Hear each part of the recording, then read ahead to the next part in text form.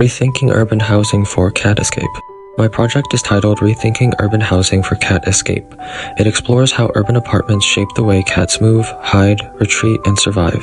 The project sits within SDG 11, Sustainable Cities and Communities, but it looks at the city from a smaller domestic scale: windows, balconies, furniture, enclosed interiors, and the hidden spaces where animals actually live.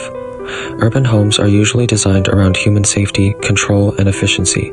Closed windows, balcony nets, fixed furniture, and single-entry pet houses are often intended to protect animals.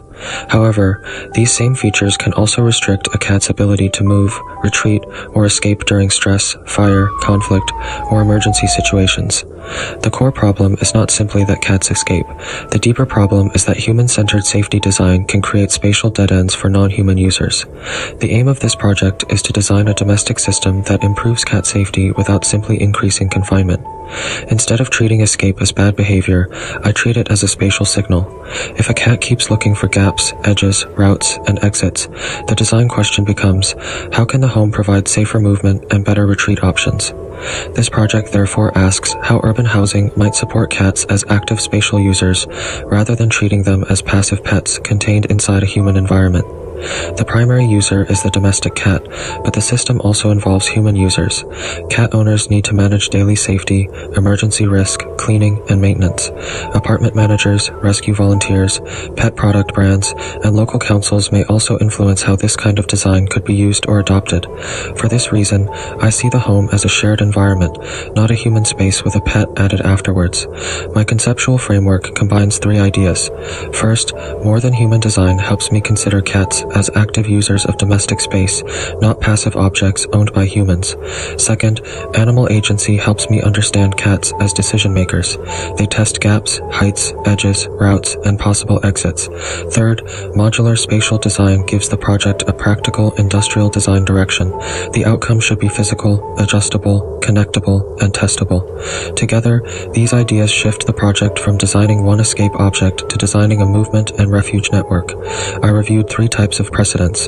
The first type focuses on compact cat furniture.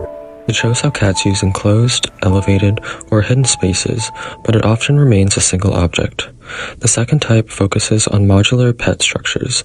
It is useful for thinking about assembly, flexibility, and transport, but the movement logic is often weak. The third type focuses on animal shelters and community cat devices. It expands the project beyond the private home, but it is less focused on apartment interiors and emergency escape. These precedents helped me identify a design gap. Cat products often provide resting space, but they do not always provide connected movement, retreat, and exit options. Based on this research, I developed three design experiments. The first is a human-cat shared furniture node. It connects resting, hiding, and passing through within one piece of furniture. The second is a window retreat and escape node. It rethinks the window as more than a viewpoint.